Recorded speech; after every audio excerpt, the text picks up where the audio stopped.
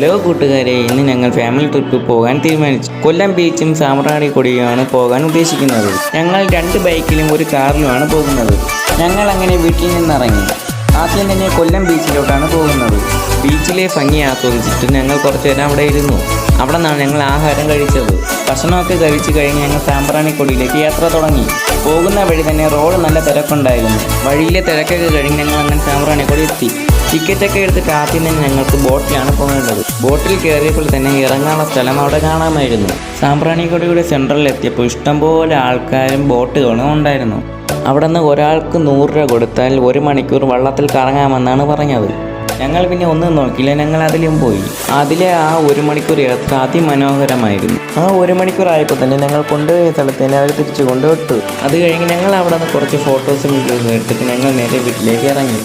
പോയ വഴിയിൽ ഓരോ ചായയും കുഴിച്ച് ഞങ്ങൾ വീട്ടിലേക്ക് പോയി. ഇനി അടുത്ത വീട്ടിൽ കാണാം. ബൈ കൂട്ടുകാരെ.